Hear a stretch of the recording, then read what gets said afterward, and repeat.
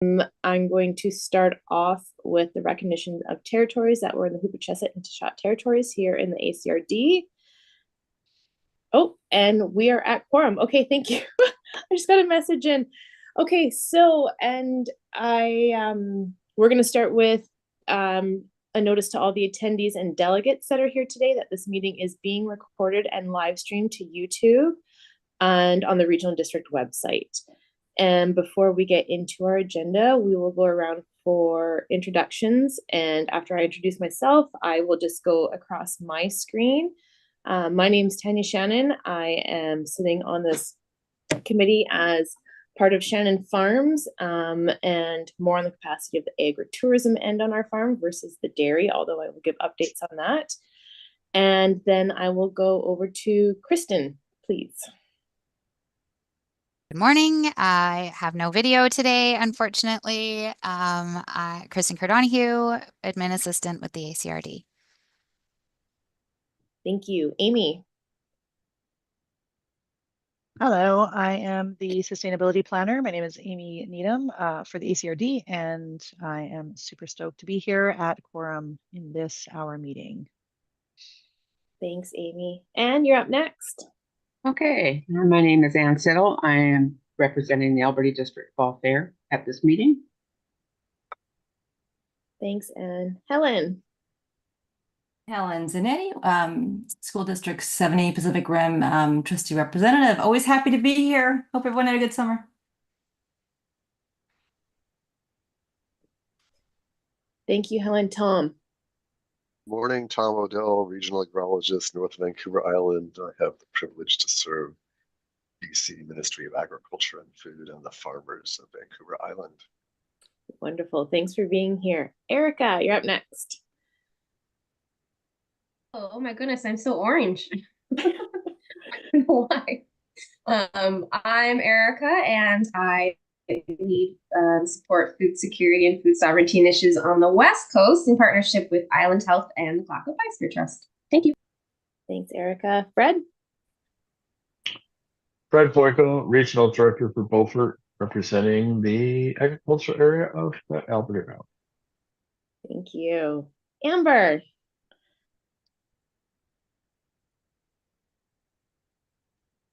Hi, sorry. Amber Lamb. I'm a small mixed farm producer in Beaver Creek area. Thank you. Anna? I'm Anna Lewis, and I'm here on behalf of the Alberni Valley Food Security Society, and occasionally I provide input as a producer. Thanks, Anna. Lisa? Morning, everybody. Representing the Alberni Farmers Institute. We also have a farm out here along the Beaufort Range. I may end up having to step out a little bit later because we've got to run a water sample up to get tested for requirement for Ministry of Ag for our D license or our Farm Gate Plus. Thanks. Wonderful. Thank you. Okay, thank you, everybody. We are going to move on to number 2 on our agenda today, approval of agenda. And we do have a late item that we're adding in today. We are going to be adding in a late item under 5C. We just got information regarding avian flu. I quickly saw it this morning. So we just need to put a motion forward to approve the agenda. That the agenda will be approved with the addition of item 5C, correspondence for information. If we can get that motion. Thanks, Helen. Motion made. Seconder? Anne. Thanks, Anne. And we'll go backwards. If you're not in favor, please put your hand up. Otherwise, it's just less work that way. So anybody not in favor? No, okay, thank you. Motion approved. And now we will go to, sorry, Kristen, can you just double check? We're good to go now into declarations? Or was that motion to add the item and now we do the agenda, or is that? No, we just need to approve the agenda with the addition, so we're good there. Okay, perfect. And on to 3, does anybody have declarations? Any conflicts of interest for this meeting today? No? Okay, perfect. Thank you. And we are at item 4, minutes. So because we are at quorum, we have 2 sets of minutes for approval today because we did not have quorum at our last ag meeting in August. So the first set of minutes that we're looking for a motion for is that the minutes of the Ag Development Committee meeting held on June 18th, 2024 be adopted. Helen, thank you. And a seconder, unless anybody has any questions before we move on from this one.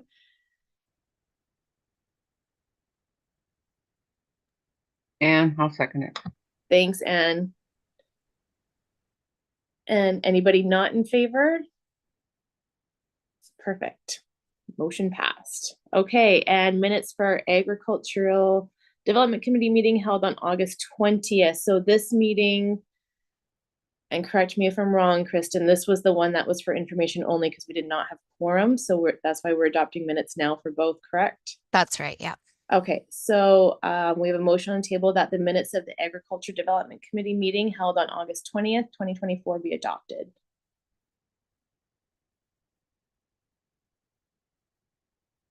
We're looking for somebody to pass the motion, make the motion. Question, Yes. if you're not in attendance, you can't make a motion, right? Because you don't know if they're correct? Well, because they were in the agenda for this meeting, if you would have had a read of them, and if you had any questions or any amendments before we make the motion now. Thank you. If that makes sense.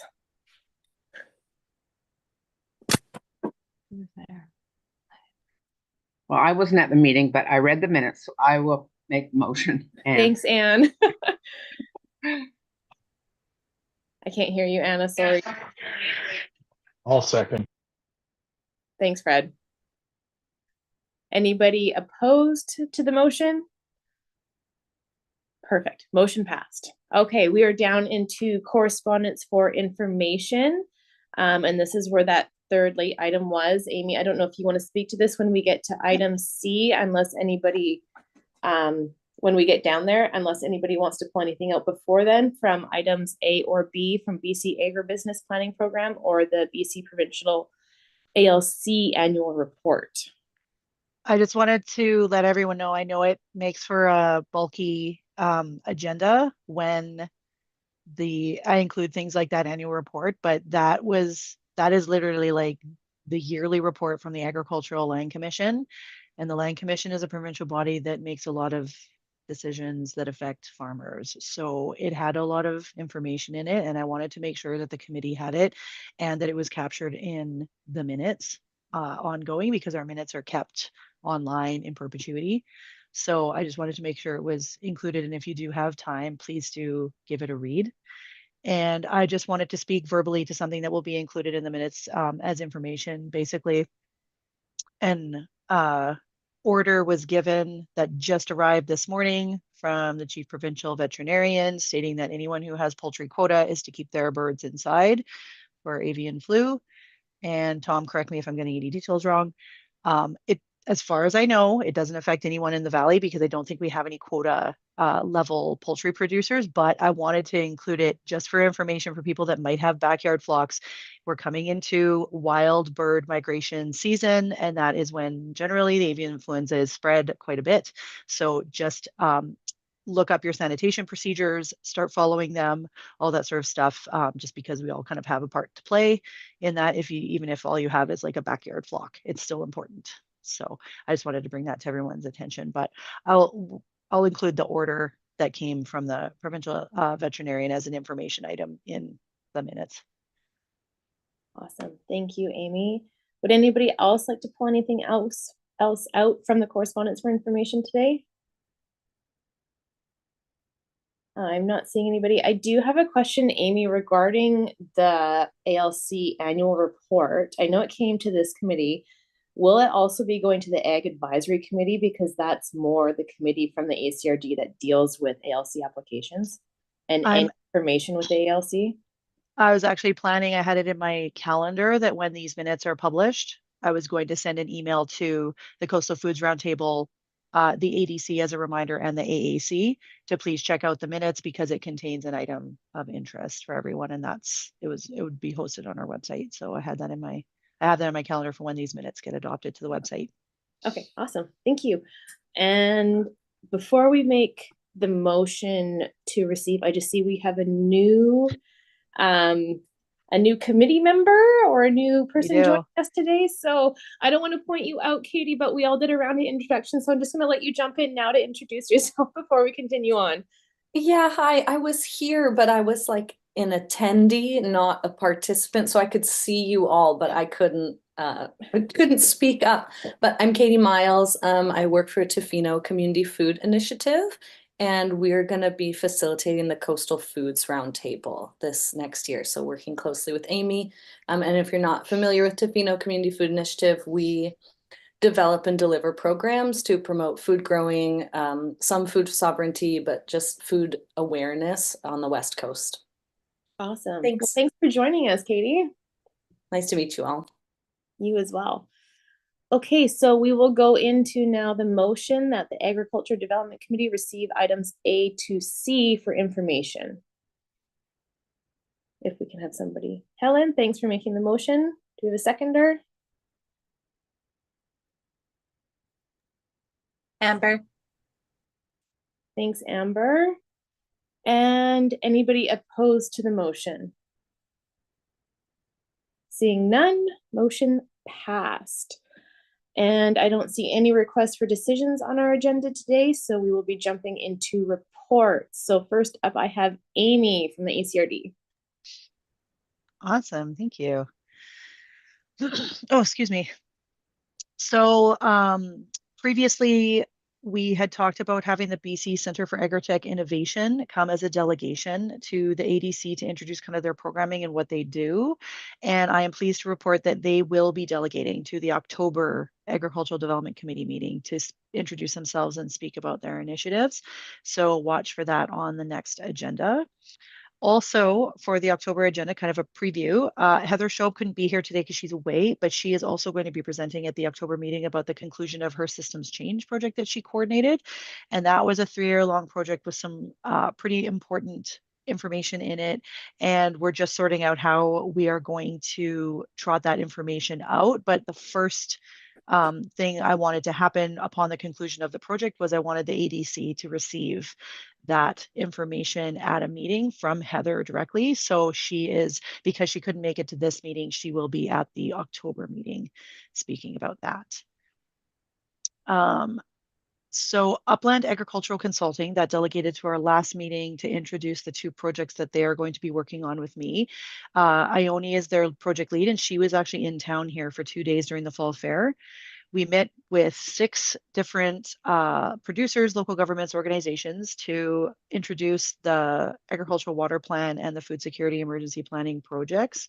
These were considered preliminary introductory meetings as she is confirmed at returning in November for more in-depth workshops with the Farmers Institute, other agricultural organizations, hopefully Coastal Foods Roundtable, things like that.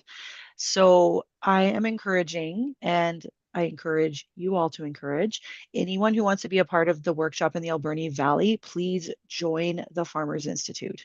So I have, I'm just looking for confirmation because I did it from memory, but I have the email from the Alberni Farmers Institute as albernifarmersinstitute@gmail.com. Is that correct? Amber's nodding. I see Amber nodding, yes. Yeah, perfect. Okay, so anyone who wants to join, just email that email address and they will hook you up with a membership. The engagement for this Alberni Valley portion of this, like in November, is going to be going through the Alberni Farmers Institute. So I'm just keep encouraging people to join because that is a very important organization and that needs to be engaged with. Fall fair, just my report on the fall fair. In my opinion, it was a great success. It was fantastic. I had 440 entries to the ACRD draw basket alone at my table. So I had like almost 200 of them on Saturday. alone. So it was just so many people came through there. I don't know if that's normal. I haven't been here many years to know if like around 500 people putting, draw entries in is like a normal kind of state of affairs, but it seemed really a good flow of people. Everyone was super stoked to be there. I think Anna and I already discussed some changes for next year to make it better. So it's only going to get better from here. I do use that basket to showcase locally produced goods. So I do want to put it out there that if anyone has locally produced goods that are stable, they have to be stable because obviously they're not refrigerated, then let me know if I might have missed you in this last round, because that draw basket is just something that I like to put together ongoing for door prizes. It's just a great way to get people familiar with local products they wouldn't know otherwise. I try and include information on the vendor so that if they want to buy more, then they know where to get it, or they know who the person is. There's contact information there. It's just a great way to get information out. So do let me know if I might have missed you or I don't know about stuff yet, because that's definitely a possibility. And this weekend, we have 2 events coming up. The Equinox Garlic Festival on Saturday from 9 till 2 at the Harbor Key, and World Rivers Day from 10 till 3 on Sunday at the Beaver Creek Community Hall. So if you are looking for something fun to do this weekend, we have those 2 events going on. I will be at both of them, and I'm super stoked because they are great and everybody has a lot of fun. Actually, it's the first garlic festival, so I don't know if it's gonna be great, but I have faith that's gonna be awesome. It And that's sounds all I like it's have. going to be good. So I think it's going to be awesome. Who cannot like a garlic festival? I mean, that is just so Vancouver Island. I love it. That's all I have. If no one has any questions, then on to the next person. Oh, Helen. I just wanted to say I was lucky enough to volunteer that evening at the Fall Fair, those evenings, and I love the basket. I kept telling everyone to go and I reminded them all of the local produce. So I just want to say that I think that was a really good way to showcase our local producers. So thank you. Good job. wonderful. Thanks, Amy. I don't see Pat here. Amy, do you have a report from Pat from the city of Port Alberni? No. So Helen, you're up with the school district. Hello, everyone. Okay, a busy start, always lots going on. The highlights that I made notes about. Sorry, where are my notes? Here we go. I wanted to share, sorry, I'll go in better order here. So the school district has produced a link or list of resources. I'm so thrilled that they've done this. It's part of our Manager of Mental Health has put this together, and it's on the district website, so the Pacific Rim, and hopefully they're sharing it to all the school websites. Please take a look. It's great for families. It's resources for everything. Anxiety, eating disorders, seniors information, grieving, places to go for resources if you're grieving. There's a lot of opioid loss in the community, and it affects our students and families, everyone. There's so much on there, mental health, addiction. So as I told staff, I am so happy that this is there because this would have helped me years ago when I needed assistance. So I just really want to commend them and just let you guys know, and you guys tell people. It's there in the entire district. It's a great resource. I'm sure there's other ones out there, but it's extensive. It's well organized, links. It's fabulous. Please tell people about it and take a look. The website's getting better and better with more and more community information. As I always say, we always have on the Pacific Rim website, we have new policies. So we do a policy review, and they go out for public consultation for 30 days. So if you're interested in that, hopefully you are, you can go in and make comments or just see what the policy changed. Like recently, last few months, we had the cell phone acceptable use of cell phones. So a lot of parents or families are interested in that. So there hasn't actually been a lot of change to that. We had a good policy in effect, and it's going to, I think, that's my opinion. So take a look at that website when you get an opportunity. They do kind of rotate through and you have an opportunity to voice your opinions or what have you. Our next public school board meeting is in Bamfield on Tuesday, so we're traveling down there. It's available on Zoom. Just go to the website and you can log in and just have to look for the link and stuff. I've mentioned, I believe I've mentioned the Learning on the Land. It's a new program that we've put together. It's a 5-month program. We have 2 cohorts of 16, one in the Alberni Valley and one on the West Coast. So really great land-based learning. There's environmental stewardship, there's food information, there's gathering, there's more. I'm sorry, it's just off the top of my head, but that's another great thing that's happening in the district. Everything's really busy. We have a new school food program. There's a lot of money that the government is investing in full school programs and nourishing. So we have just started a new program with Nourish Cowichan. We're going to probably have a Nourish School District 70 title on this group. This is a nonprofit society that I believe started in Cowichan. I'm not really sure, sorry, but it's a nonprofit society that prepares foods for students, for students. They'll be making the food, some of it in Cowichan, freezing it, transporting it to Port Alberni, and then reheating it here. We have a kitchen. We're doing kitchen renovations at the main school district kitchen where we do things, looking forward to how that'll work. It looks like it's going to be more financially efficient, economical and stuff. And I'm always looking forward to having more equity in the entire district. It will run slightly different in different schools, in different areas, like the West Coast and Banfield versus Port Alberni. It's similar, but slightly, there's some tweaks, which is a good thing. So another great one. And one thing I want to mention, when I was at the fall fair, as teacher ran into me, or we were chatting, and she was wondering if a farm, I hope this is the right place to bring this up, but you're farmers and you know people. So she was looking for, she would love to have a farm, invite the students to their farm and do some actual planting and stuff and do more learning on the farm. So she felt that was something that wasn't available to her. So I'm not in operations, but I oversee things. So I'm sharing information. She's, I don't think it's bad to share her name. It's Mrs. Oregon at John Howett. So if there is a farm that wants to reach out to her or share some information. I see hands. You can always also talk to Kristen Nesbitt at the school district in regards to this, but she was asked specifically. So I thought if you go right to the schools, to admin, sometimes you're even more successful, is my understanding. So another thing, do you want me to do the questions first or should I finish? Let's do questions because I'm sure they're pertaining to your recent comment, okay. Helen. So I had seen Amy first and then Anna. I just wanted to let you know that I actually attended a school function at the shelter farm with the Francophone school where they had the whole school out there and they had stations and they took everyone around and it was really great. And the shelter farm was awesome for the kids. They had a lot of fun and it's big enough to accommodate all of the children. In that school, I think there was 60 kids around there, and they busted them up into groups. And it's big enough to actually send them to different stations to keep them engaged instead of just having like one thing. There's multiple things. So just that one for the committee's knowledge, but I made a note to follow up as well.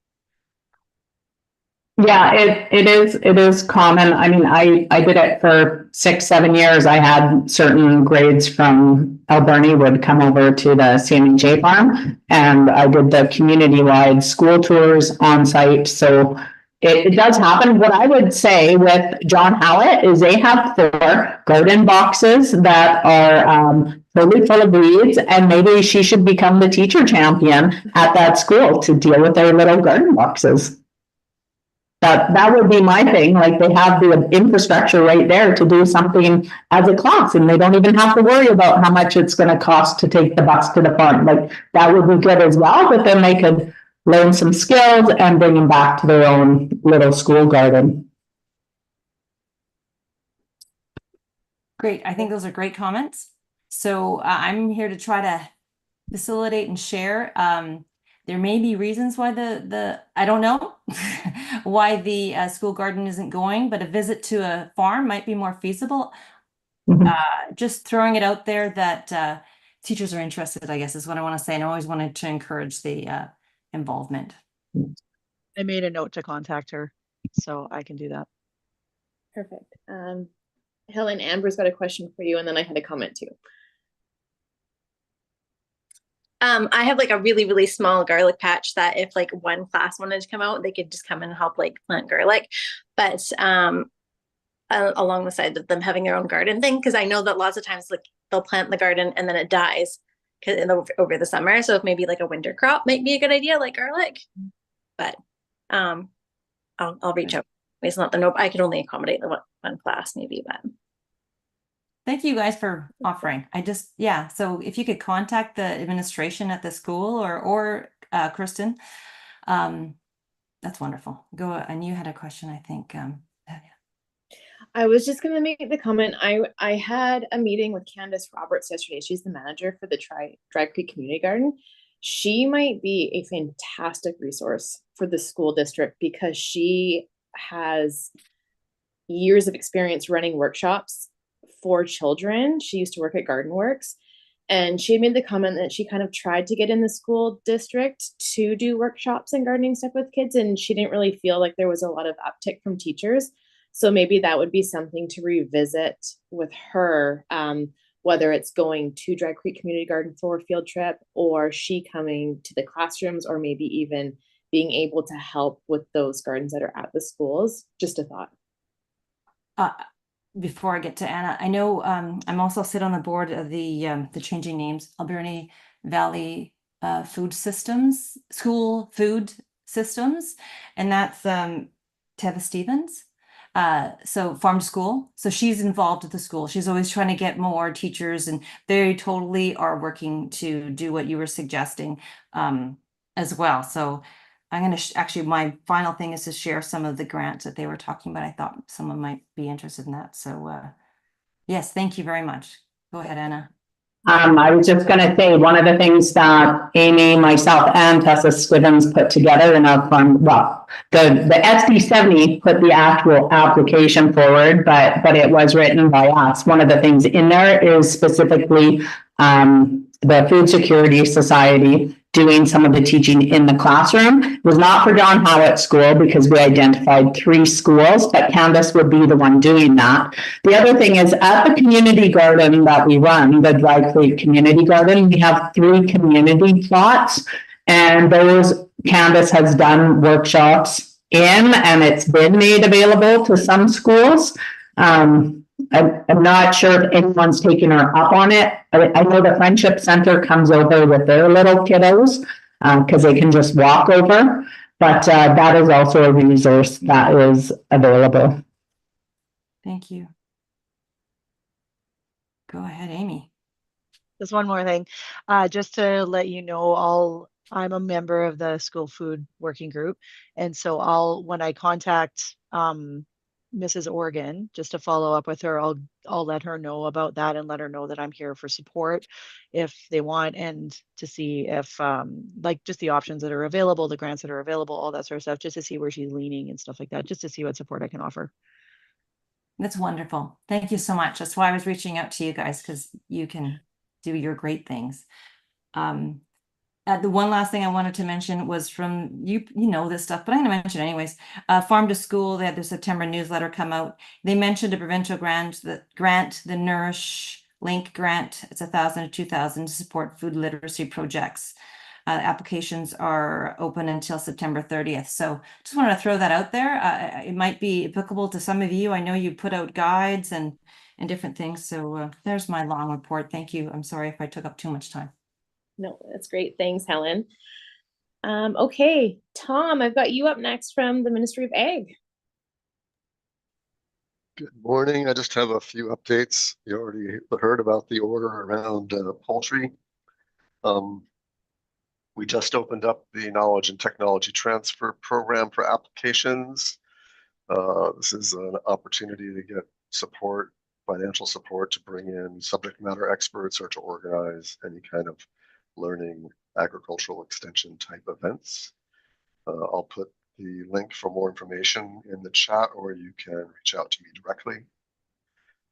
Also open right now our agricultural water infrastructure program through Investment Agriculture Foundation of BC. There's a engineering design and planning stream that's open for larger projects. I believe it's $200,000 and more, and it's up to 50% match, if I recall correctly. So if a community is looking for agricultural water infrastructure, this is a time to get support for planning and design on that. Agriclimate Solutions is open. That's for people who are wanting to work on nitrogen management, cover cropping, or rotational grazing, adopt new practices on farm. And then the Environmental Farm Program is open, as generally is. Save the dates for we've got dates now for the ag shows. Lower Mainland will be January 23rd to 25th. The Islands Ag Show will be January 31st, February 1st in Cowichan, in Duncan, Cowichan Exhibition Center. And then there's also a show, this will be I think the third year for the Interior Hort Show, and that'll be the second week in February. And I'll put those dates in as well. Since Helen brought up mental wellness supports, I think it was Helen, I will also put the Ag Safe link for mental wellness resources in the chat. And that's all I have right now. Please reach out if you have ideas for extension events, want to do any kind of activities. I have some support right now, especially for farmer to farmer events. We can provide honoraria to host and reimburse for refreshments if you have people doing things on farm that they want to share with the other farmers in the community. We can help facilitate that. Awesome. Thanks, Tom. Does anybody have any questions for Tom? No? Okay. I've got Lisa up next with the Alberni Farmers Institute. Hi, everyone. Yeah, the fall fair went pretty well.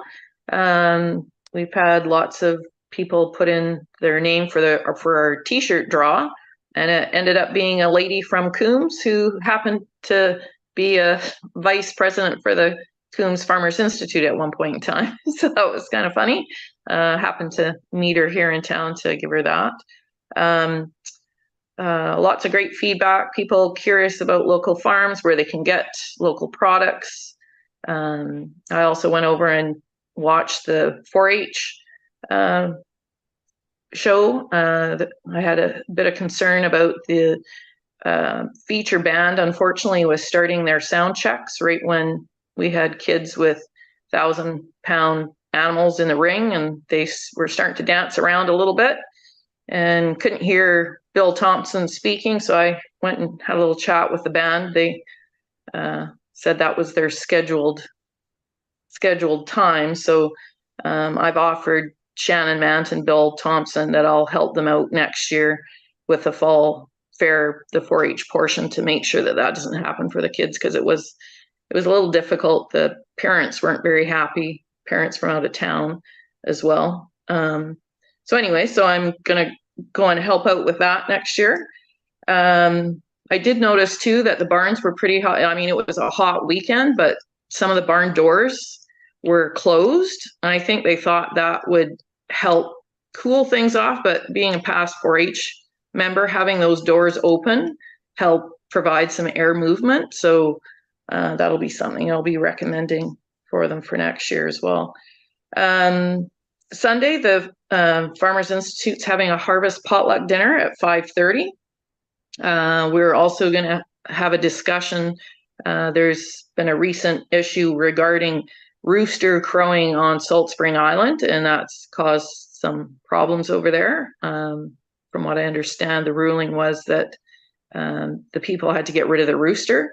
So that's making some people concerned that that may filter out into other areas when you have people moving from an urban area into a scenic farm style area, that they don't get along, whether it's a neighbor to neighbor issue or what. I think we need to have a discussion about how that's affecting people. Ironically, I happened to see somebody at Arrowvale on Family Farm Day, a gentleman from the Coombs area who has some kind of a gadget that goes around a rooster's neck so they can't breathe in a whole bunch of air to crow. So yeah, so he's given this gadget to Janet Toney. She's the vice president for Coombs, and her and I missed getting to talk to her last night because we had water issues here on the farm. So I'm going to touch base with her and see what this gadget is, and maybe that would be helpful in preventing these neighbor to neighbor disputes. So welcome anybody, new members are welcome to come out. We'll have discussion. If anybody has any other ideas and things, we want to get some ideas for our AGM that'll be coming up in November. Hopefully we can get some people interested in committees to either be part of the Fall Fair coordination group or whatever. So we're hoping we get a bunch of people out to come out and have a good conversation of where agriculture is going forward. Thanks. Thanks. Lisa, I see Fred has a question for you. Sure. Where's your thing on Sunday happening? Is that at the Beaver Creek Hall? Yes, Beaver Creek Hall, 5:30. Just So after Riversdale. After Riversdale, okay. Yes. Second question is with regard to the roosters. Recently, if people don't know this, in the ACRD and Beaufort and Beaver Creek, we've loosened the restrictions on poultry. So essentially you can have an unlimited number as long as you're being a good neighbor. And that means like not putting your roosters on the side of your yard next to your neighbor's bedroom kind of thing. But the noise does travel, and it's something always to be cognizant of. So I always advocate being a good neighbor and talking to people and sorting out things, but sometimes people can't be adults and solve their own problems. So hopefully we can make things as easy and efficient as possible. Thank you. Yes, I agree. I think too, if you have some kind of a barn or some kind of holding system that might be a little more soundproof, that might also help deter some of these issues. Thanks. Lisa, Amy's got a question or comment for you. I just wanted to clarify Fred's comment, just so there's no confusion. The loosening restrictions on poultry was proposed for the new zoning bylaw, but the new zoning bylaw was not passed by the board. So the old zoning bylaw is still in place, and that change was never officially passed. So the old zoning bylaw, though, honestly, is so out of date. It has restrictions on poultry that don't even make sense now. So unless there's complaints, there's really no issues that anything is ever going to raise unless there's actual physical complaints that happen. So that's the way our bylaw has been instructed to operate. And so that's the way they operate, is just complaint based. Don't drive around looking for problems. So if someone has a complaint, then we can look into it. But if you're on ALR land, you have the right to farm supported by legislation, and there should be no issues. And like Fred said, if you're being a good neighbor, then there definitely should be no issues if you just move your roosters away and you're making some reasonable accommodations for roosters crowing because you literally have a farm. So Amy, I'm going to double check what you just said, because we did pass a separate resolution just reporting of Beaver Creek on that with the current zoning regulations. And I will check my notes on that, but that did go through the board and get voted on just for Beaufort and Beaver Creek. That I checked into it and I couldn't find it. It never went through is what I was told. So that let's look into it and confirm one way or the other, and then we can always bring it up again. Perfect. Thank you. Yeah. Yeah, that is something that the Farmers Institute has made note of, that there has been some restrictive agricultural policies that some people haven't even been aware of that existed. Making it more restrictive to grow your own food is something I personally still don't understand why people think that's a good idea. So yeah, it would be great if we could find out just what is on the books, because it's always interesting that we're told, oh, well, they've always been there, we just haven't enforced it. So I think everything does need to be taken a look at, and making things less restrictive, I think makes far better sense. Thanks. Okay, thank you. Any more questions for Lisa in the Farmers Institute? Seeing none, I'm going to move on to Anne with the Fall Fair. Okay, first off, apologize, my camera's not working today. So anyway, yeah, it was a busy weekend for everybody at the fair. We had over 20,000 visitors. I apologize for not getting over to see you in your display in the ag education area, but I did look at it several times when I went to lock the doors at night, turn the lights off. It was fabulous displays that you guys had. And I think, Amy, when you said 410 entries into the raffle basket, that was really, really good.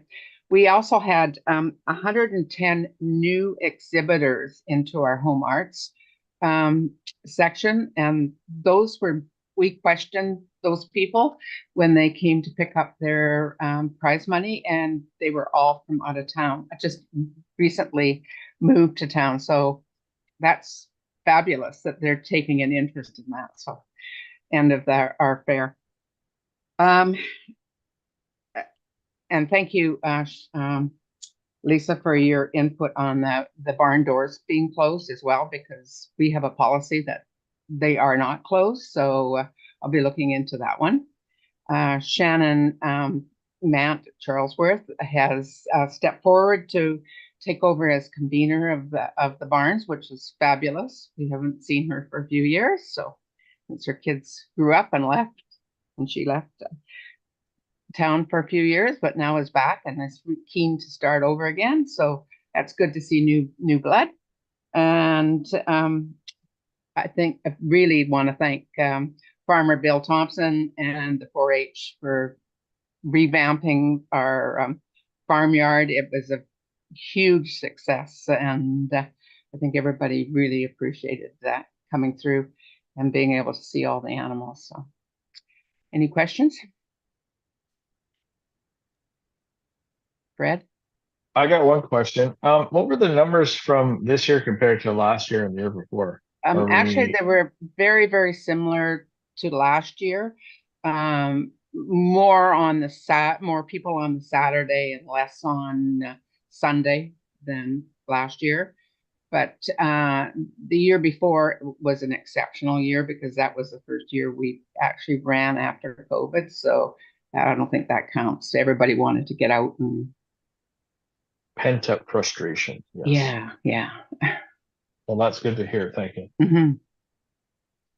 Anybody else have a question?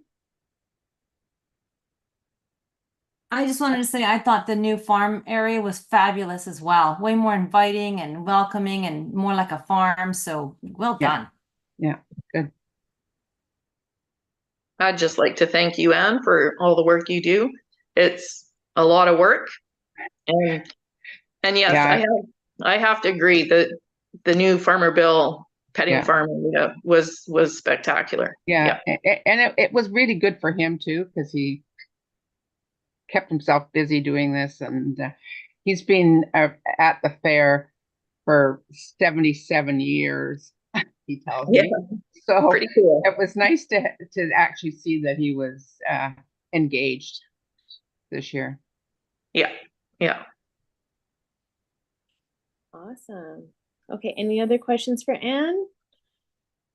Seeing none, we will go on to Alberni Valley Food Security Society with Anna. All right.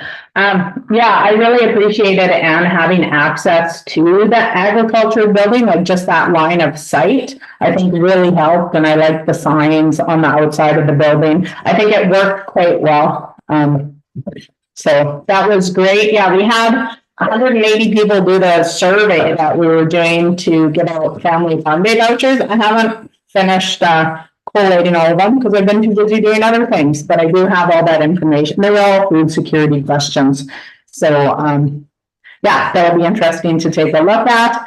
Updates from us. Oh, well, we just had Family Farm Day. That was yesterday, and that was a pretty amazing event. I saw a lot of people out. I know Ann Collins said, holy, and I think this was the most people we've had out so far. So much that she's like, I'm going to write a letter. Meanwhile, they're going to write a letter to the ACRD board saying, why this event is so important. So it went off pretty much without a hitch. The Francophone School, they did not get a lot of people, but in terms of, you know, the ACRD sponsors those vouchers, which are distributed primarily at the fair. Last year, we had $670 worth of vouchers were utilized, and this year was $820. So that's not bad. That's an improvement.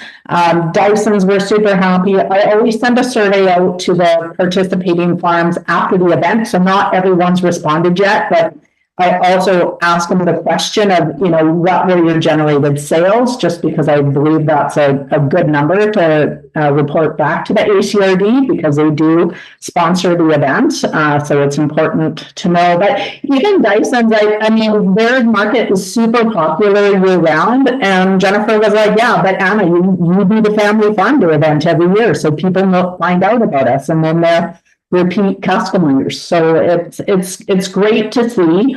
I've got 3 people have already approached me that want to be in the event for next year, and they're all urban sites, which is great because we didn't really have many urban sites this year. I like to have an urban site on for 2 years, and then they can go somewhere else. Mind you, the Quackyard is so cute with the little Angora rabbits, and they had a spinning demonstration this year, so they may just have to stay for another year. But it's great. It was a really good event. Other news, we did receive some money from the Community Prosperity Fund, which will all go towards food literacy, and then also creating a shelf-stable product from the gleaning program. So since the fall fair, for whatever reason, my summer student is gone, and she ran the gleaning program, and no one stepped up. So I was like, oh, I'll volunteer my time and power pick. So since last Monday, we have picked 4,000 pounds of fruit. It's crazy how much fruit there is, how much is wasted, how much, and even I showed up with a huge flat of grapes, and I went to the Salvation Army, but it was 2:30 in the afternoon. And they said to me, well, there's no one here. We close at 3. It's just going to go to our pig farmers if you give it to us now, because we have nowhere to keep it. And I was like, excuse me? They're like, yeah, no, if you bring it here now, it has to go that day. So yeah, and that's just, to me, ridiculous when they're so delicious. So I have, and that's why I have the land-based learning class coming out at 11, because they're going to take 300 pounds of apples, which I have in my garage right now. I need them gone because a lot of places are like, Anna, we don't want any more apples.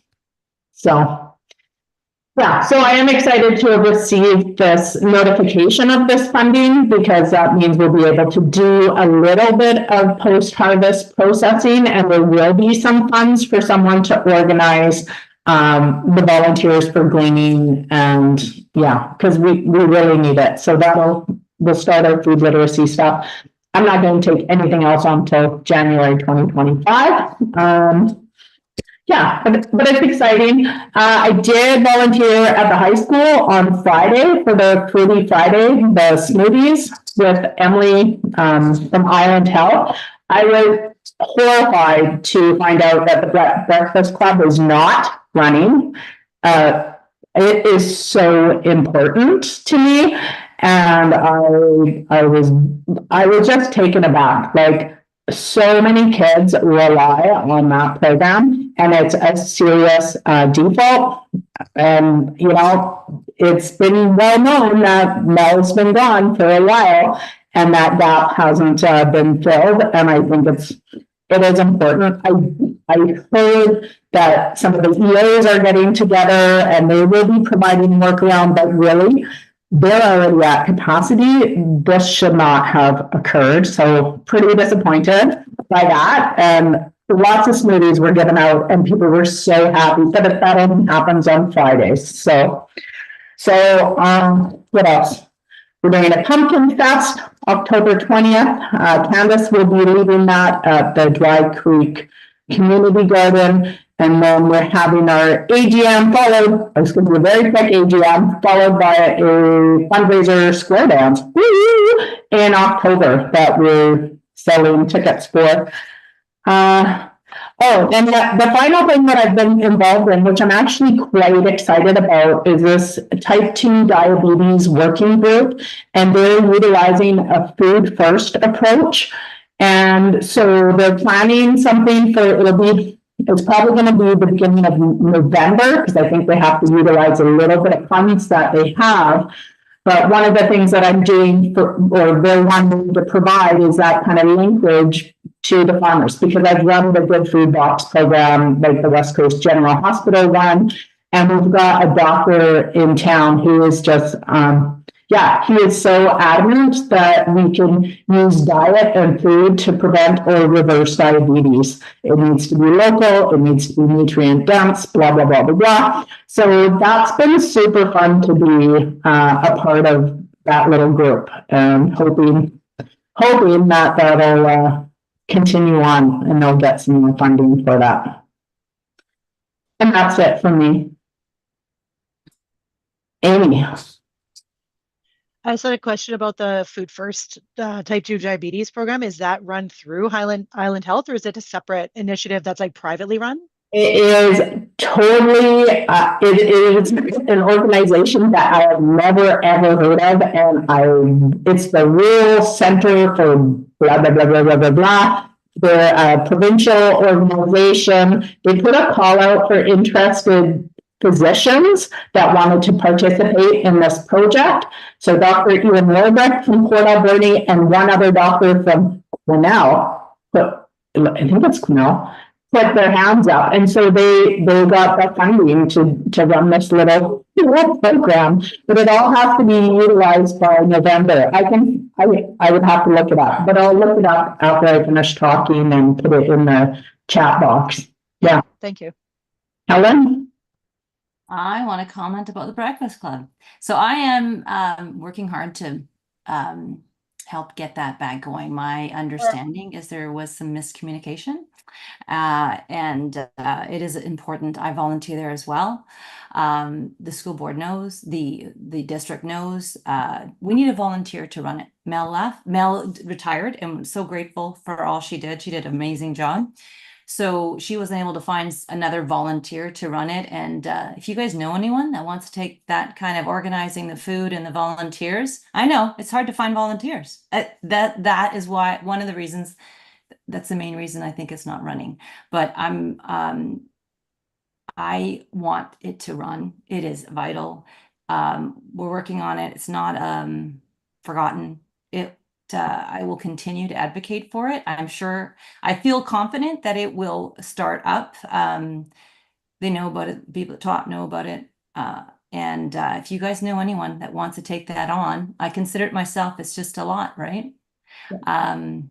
Yeah, so if you pass it out there, we need someone to step up. We're gonna hopefully reach out to the ADSS PAC and maybe someone there will step up, or they'll know someone, or maybe there's a volunteer that is unaware that opportunity exists. So if you know any other volunteers that would like to do that, share. It's important, and yes, let's. I foresee it running again very well soon. Yeah. So thank you for your concern. I totally share that with you. Yeah.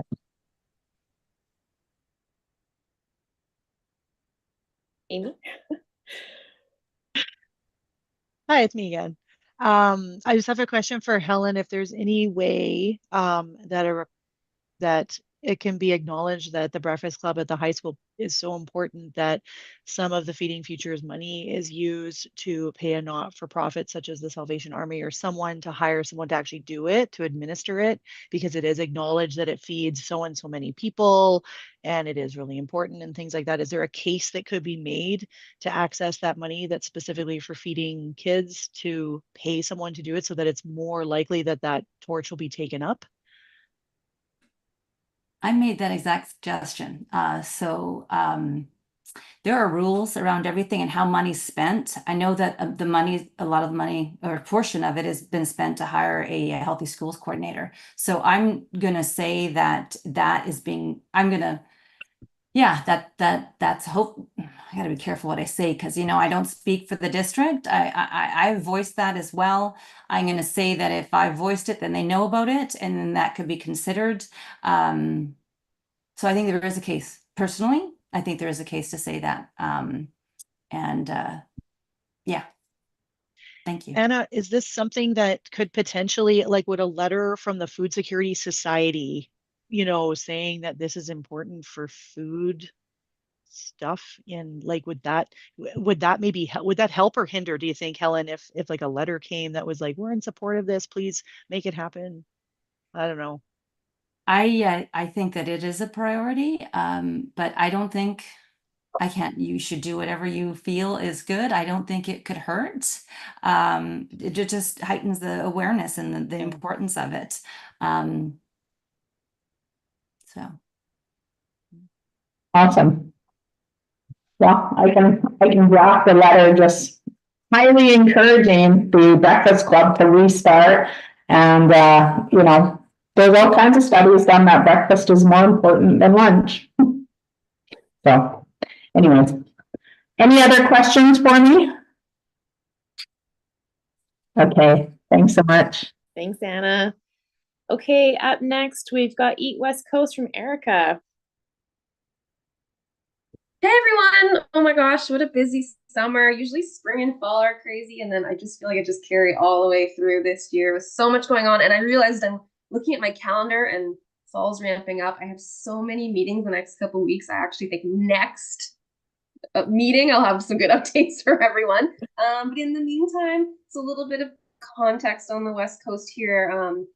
You know, there's just such incredible support for growing programs on the coast over COVID, and things have been really fizzling out. A lot of those responsible for that work in community schools and elsewhere, I think they're really feeling lack of support and burnt out, quite frankly, on a lot of this work. So I think that's really going to be revisiting what that looks like for next season, next year. And one of the maybe opportunities is I got together with a couple of those folks to see, like, maybe there's a way to join forces for a bigger community growing space, so not everyone's feeling alone and struggling for the same resources. So we have a couple organizations we've been talking to about how to set that up and fund it, which is exciting, but we just need to secure the land.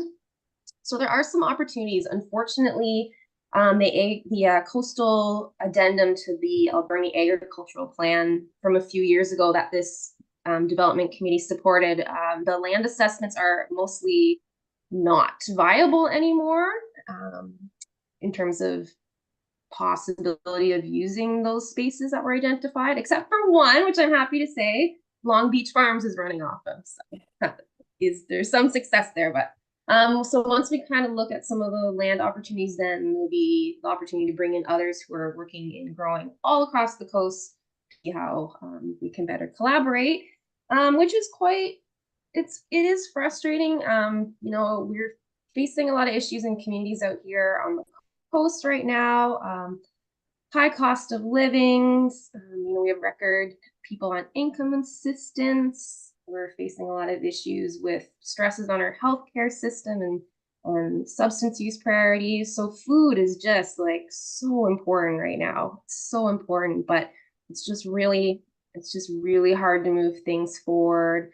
But one of the good pieces, one of the challenges is once you actually have the food, you have to get it to people. And the number one thing that I'm being asked about right now is, can we do a better job of networking the distribution of food? And transportation is not a hot topic in food, but it's so crucial. And I ended up, we had a meeting of health and social service workers last week. Actually, Helen was there, and there's a lot of conversation around this topic.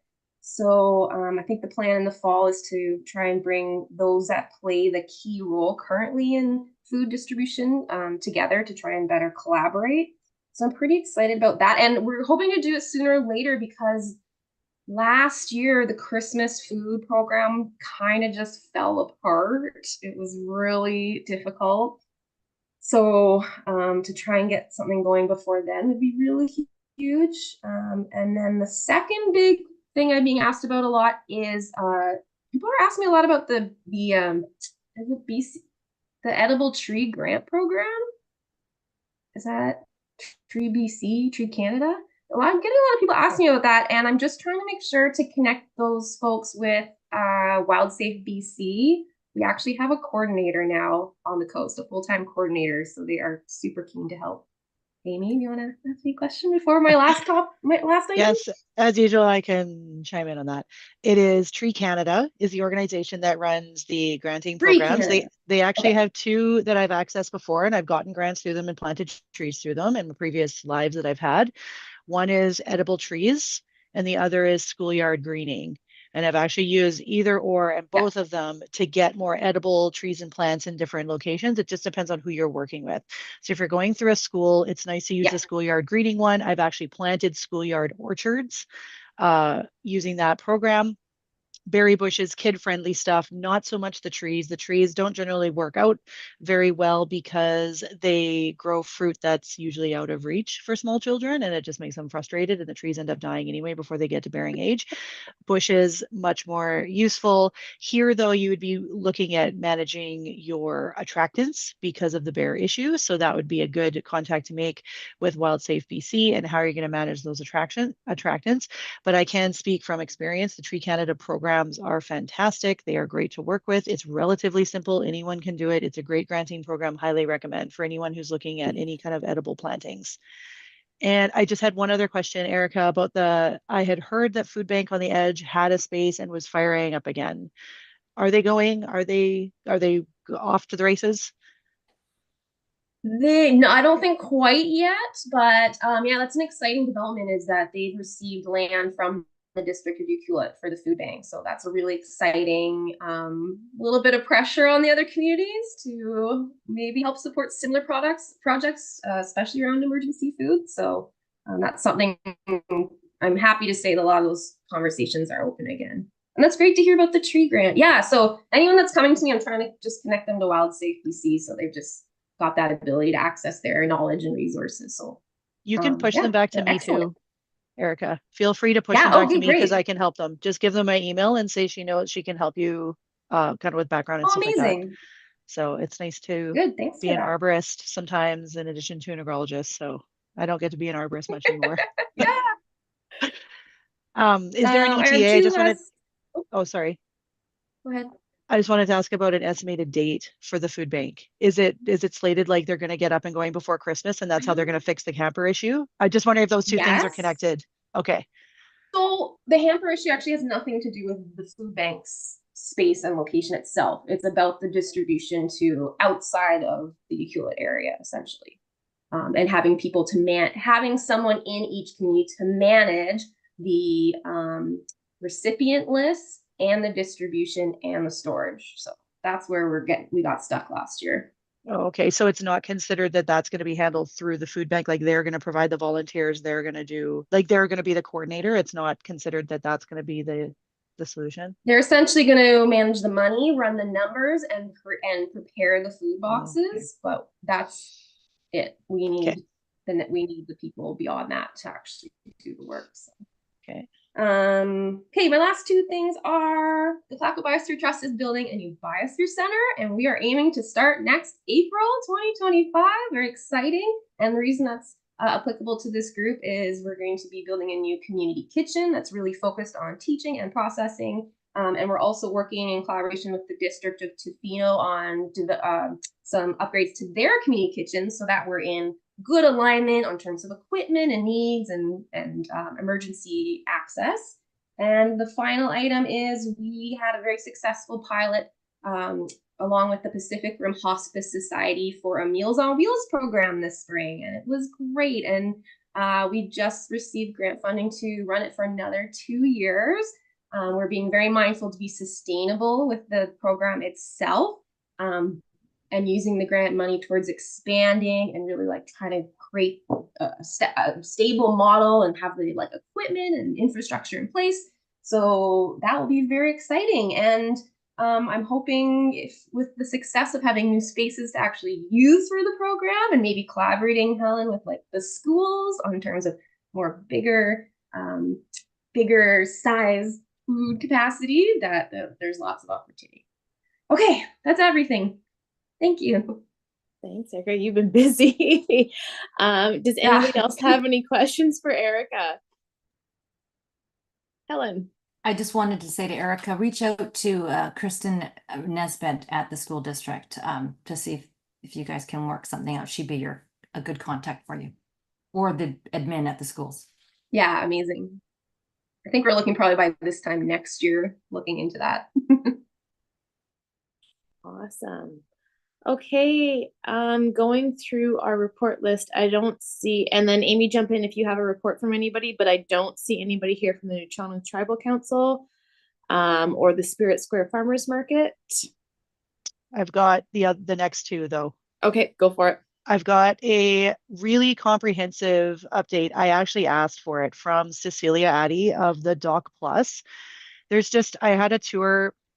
That was one of the places that we visited when Ione was in town for introductory meetings with important folks in kind of the food security emergency planning piece, because of the Doc Plus and the community kitchen that is there and the availability of it, things like that.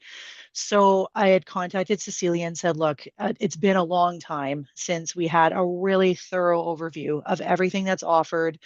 Sometimes people find it confusing because the Doc Plus and the Port Authority and the Doc Plus kitchen are they play different roles and they do different things. So I'm like, can you send me a good report of a breakdown of what the Doc Plus does it has 7 anchor tenants. So they've got anchor tenants like Canadian Seafood Processing, Fleur Smokery, Nova Harvest, which is oysters, Cascadia Seaweed, Old Habits Fermentation. And they actually have 2 that are non-seafood based. Even though the Doc Plus is housed in the old fish plant that's right on the dock, they have Forest for Dinner and Black Jaguar Chocolate that are also anchor tenants in the Doc Plus.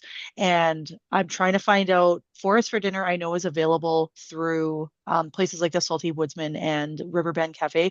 I asked her where Black Jaguar is because they literally source their own chocolate from Nicaragua. They do everything from literally the cocoa beans arrive, and they absolutely do every single step to make their chocolate bars here. So they are locally produced chocolate. The only thing they cannot do here because of our climate is grow the actual beans, and they source those beans themselves from specific farmers. So I'm dying to get my hands on some of that and A, try it, and B, get the word out about it because that's great. There's going to be a breakdown here. I'm not going to go through each one because it'll be in the minutes and I don't want to take any more time, but there's going to be a breakdown of the 7 anchor tenants. And then the kitchen, there's also going to be a note on the kitchen for people that are interested in finding out more about this space because it is available. You can buy a membership. You pay a yearly fee for a membership to the kitchen. It is a full-on commercial kitchen. It is Island Health certified. You can produce food there if you have the right certifications, such as Food Safe and things like that, to then sell your products. And there are 2 people that are literally doing that. Sutra Foods does that, and so does Defino Hot Sauce. They produce their products through the Doc Plus kitchen. They don't need to buy any of that stuff themselves. And so I just wanted to have this in the update that we're getting from her. It's all going to be in the minutes. And then she has here that the most exciting news of the Doc Plus is that we secured grant funding for an expansion project in collaboration with Nova Harvest Limited and Huu-ay-aht First Nations. There's an announcement details, click here, that'll be in the minutes. Basically, they secured $4 million towards the addition of 3,000 square feet of processing space for the purposes of integrating Nova Harvest new high pressure processing equipment that brings innovation to seafood processing by increasing their capacity and increasing the shelf life of the seafood. And that was really the key part, is like this grant will allow for a shelf stable product that they figure will increase the shelf life of their products, like their oysters and stuff, by 1.5 to 2 years. Like, it's just crazy. So for food security and things like that, it's really an important thing that's happened, and I'm super interested to see how it all rolls out. She says here that the Doc Plus welcomes tours. So if anyone's looking for a cool tour to take a group of people that might be interested in that on, Cecilia is your contact, and they're focusing more on marketing in 2025. So look for things like events and classes out of the kitchen. So I'll keep you up to date with that as much as possible, but I did want this report to go into the minutes so that it's kind of recorded there for posterity ongoing, especially because poor Cecilia has a competing meeting every Tuesday that will never allow her to attend, but their information and being on this committee is super important. So I do try and touch base with her. And does anyone have any questions about that? Yes, Tanya. Thank you. Does she list prices or the annual membership for using the kitchen? Because I cannot find it on the website, and I just think that if you have to ask for that information, it's just kind of frustrating when it could just be there to make it easier if you're interested in the kitchen. I have that. Okay. It says here membership fees is $100 per year for the first year, and $80 per year for renewals. So after the first year, it's $80 a year, and then the hourly fees start at $15.50 an hour, and that's for kind of the off hours during, because they're open 24/7. So you can go at 2 o'clock in the morning and make your stuff. It's open to members. If you have a membership, you literally book it, you show up, whatever. For the more like daytime hours that it might be more, in demand, it was like $18.50 an hour. Okay. Because I remember her saying that. So we can make sure that makes it into the minutes too. And I'll relay to her, like, can't find it on the website. Can you please add it? Definitely. Yeah, I think so. And then my second comment, Amy, was Black Jaguar chocolate is in Mobius Books. Oh, why didn't I think to look of it in a bookstore? Of course. They have it there beside all the Nook baked goods. That's also in there. And aside from chocolate bars, and I only know this because we've used their chocolate for our farm events, like for the dinner and for the Appy Night. They also have drinking chocolate that they make. You have to add a sweetener, but it's like a little puck that you drop into your hot milk or your hot water. Because Scott actually did one of our last markets too, and he should be at our next market on the farm here on October 6th. But Mobius Books is where you can buy the chocolate. Awesome. Thank you. Great. Okay. Any more questions? Can I go on to 4-H? I have one for 4-H as well. So Patty sends her regrets as well. She actually mentioned in her email, she's like, I might have to consider letting someone else stand for 4-H. She's like, I'm just too busy to, and if she feels guilty about missing the meeting, she really likes to attend. But she did send me a report, and here it is. Project meetings have continued. These are the meetings where members can learn about their specific projects and work with their animals. Members showed beef, rabbit, cavy, dog, and cloverbud projects at the fall fair. 4-H was able to run the dairy bar and the petting farm at the fall fair and raise substantial funds for the 4-H district, which will go a long way to helping us provide more programming for the upcoming year. We are hoping to have an active recruitment campaign this fall for 4-H for 2025 to attract more members. So spread the word. And club year-end activities to celebrate the members' achievement throughout the year are being planned, but no solid dates or anything like that yet. So that is from 4-H. Perfect. Any questions regarding 4-H for Amy? No? Okay, before we go into marine stakeholders and primary ag producers, Katie, I'm gonna let you jump in here. Okay. Hi. So this is my first time being at one of our committee meetings, so it's just been nice to hear everyone. I've met a handful of you before. And any updates I'll give you. So on the side of the Tofino Community Food Initiative, we, run a lot of programs to try to promote growing. And as I said earlier, so one thing to the point Erica said earlier about there having been more programs for promoting growing here on the coast post-COVID or during COVID. We definitely benefited from that, or from, the pandemic having an increased interest for people around food. And we have just this last week received enough funding that we're going to run a program that we piloted in 2021 called Growing West Coast Gardeners, which is a course taught by experts here. It's mostly our board members, but on growing for the West Coast specifically, because as you know, it's a different ball game than up in Port Alberni. And so that's something exciting we'll be doing this year, but that has kind of just come together. I haven't put out any press about it yet. But just so you know, I'll be making people aware of that and opening it up soon. And we received enough funding that we can put out bursaries and really do it at a subsidized rate, because that was a huge barrier for people to actually pay the costs that it would be, was too much of a barrier. So that's some good news. And then there's a million things I could say about TCFI, but I won't. You can follow our social media. We have a new Instagram. We lost our Instagram this summer. We were flagged as spam, and there's nothing you can do when that happens. So if anyone wants to follow us, I mean, I should start following all of you. It's just called TCFI New on Instagram because we couldn't even use our previous name. Anyway, that's that. And so we were just awarded the contract to facilitate the Coastal Foods Roundtable, which was formerly the Coastal Agricultural Roundtable. So Amy and I just had our first informal meeting about that yesterday, but we'll be looking at having the first meeting in November this year. It's runs twice a year, those meetings. So we're really looking forward to that. Of course, Erica was involved in facilitating that the past few years. So it's great to just be able to carry that forward, all the great work that's been done in the community and the networks. So that's what we're going to be doing.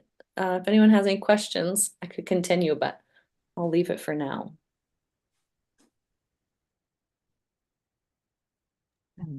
Ellen, go ahead. I was just curious. Sorry. I heard in the sorry, does your society run a family farm days in Tofino or the West Coast? I believe there's some sort of similar event that happens on the West Coast, and I didn't hear about it this year, so I heard it's great. And how can I find out about that? I just followed your Facebook page just as we're talking. Oh, good.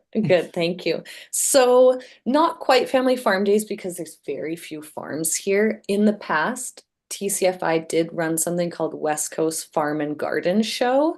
We're not doing that anymore. That was before my time, but something similar that we do is edible garden tours. So we did one in Ucluelet and one in Tofino this August, late July and August, and that's just a tour event where we go around to different people who have anything from tiny container gardens in their rental backyards, but just showing what you can do, to people who have hobby farms that are quite impressive. There's a few people who have these microclimate spots down by the bay that are hot and they can grow stuff that none of the rest of us can grow.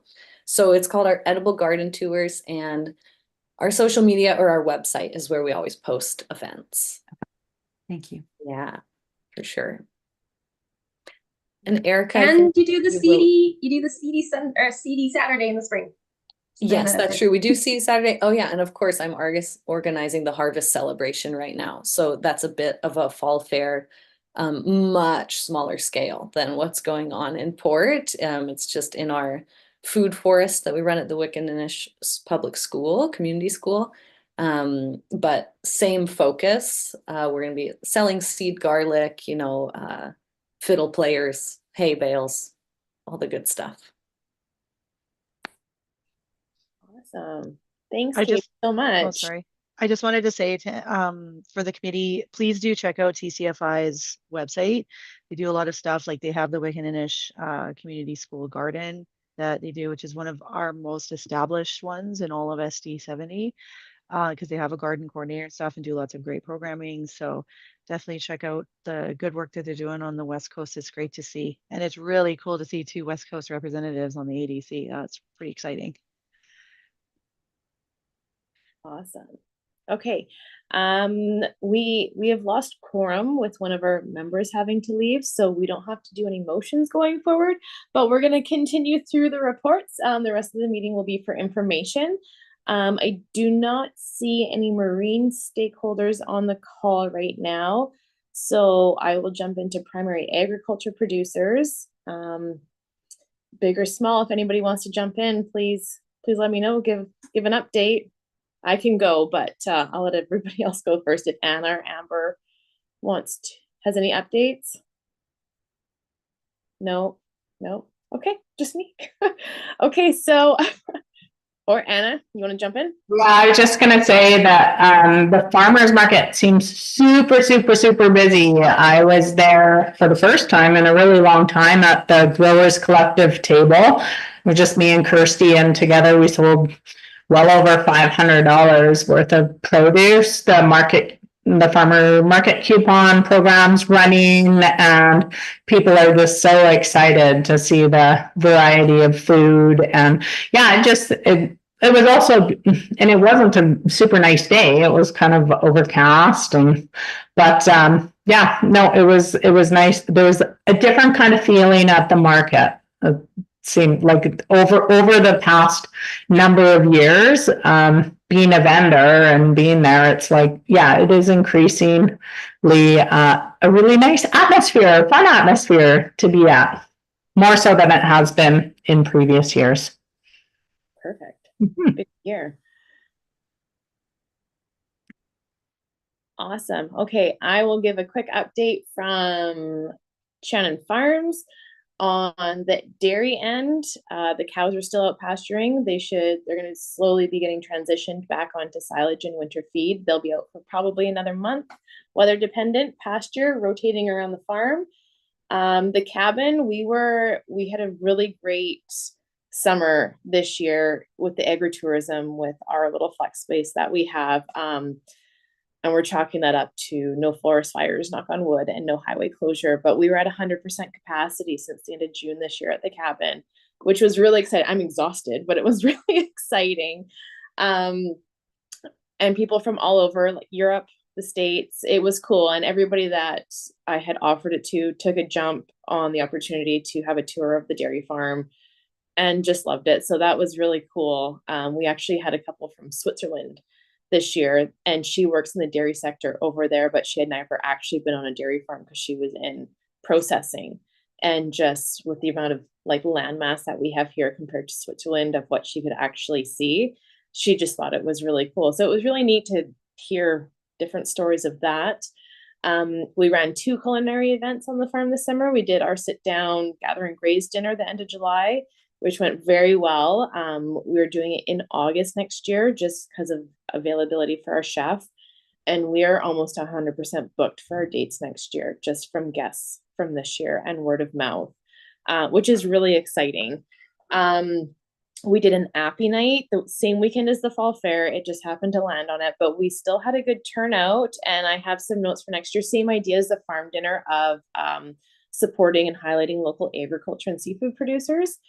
And so the plan is to add that second event to our annual list of events here on the farm. And then coming up on October 6th, it's a Sunday, we're doing our harvest market here on the farm with other vendors or producers in the valley. And that one, the size of it will be weather dependent, whether I have a field for parking or not. And I had mentioned earlier, I had a meeting with Candace Roberts yesterday. So we are going to be working with Candace, not this month, but in October and November, to host some workshops, like kids workshops, during pro days this fall. So we're going to do on the pro day, I think it's October 25th is the one in October. We're going to do a planter pumpkin class. So you take your pumpkin, the kids can pull out their seeds, you can plant your potting soil and pansies, and then the idea is you let this thing rot out and decompose and turn over in your garden. So we're going to do a Halloween theme for that. So I haven't put anything out yet, but that will be coming down the pipe, and she's brainstorming for the pro day in November. But yeah, otherwise that's all I have from me. If anybody has any questions, please let me know. Otherwise, we will go to any late business. Helen. I just think that's great with the pumpkin and the kids. Fabulous. Oh, thanks. Just a suggestion to share the info. You probably thought about this, to share with the packs and stuff. I mean, your pack, and maybe they can share with the other packs, or they'll share it with their DPAC and share the information so more families know about that great opportunity. Okay, awesome. Thanks. Yeah. I'm just going to say that's what Pumpkin Fest is down at the Dry Creek Community Garden. Candace brought that on, so that it's going to be free at the community garden. She did warn me because she was like, I would love to do this pumpkin thing. I was like, let's do it. Okay. Just so you're aware, like, we're not scooping your idea, you're kind of running with ours. So well, I mean, she's kind of the common denominator here. So. Wonderful. Awesome. Okay, then seeing none, Kristen, do we have any questions or comments from the public?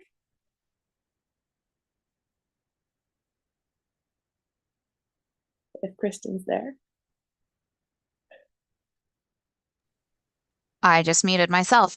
There, I thought I was already on mute. There are no questions in the chat and nothing in the responses email either. Okay, thank you. So unless anybody has anything final to say, we're done for this morning. Thank you everybody for participating. Thank you, everyone. Good job, Tanya. Thank you, Thank you. Tanya. Thank you, everyone. Thank See you in you. October. Have a good one, you Tanya. guys. Thanks, everyone. Perfect Bye, time. everyone. Thoughts for the Thanks for all the updates. chair. Have fun, Anna. Real.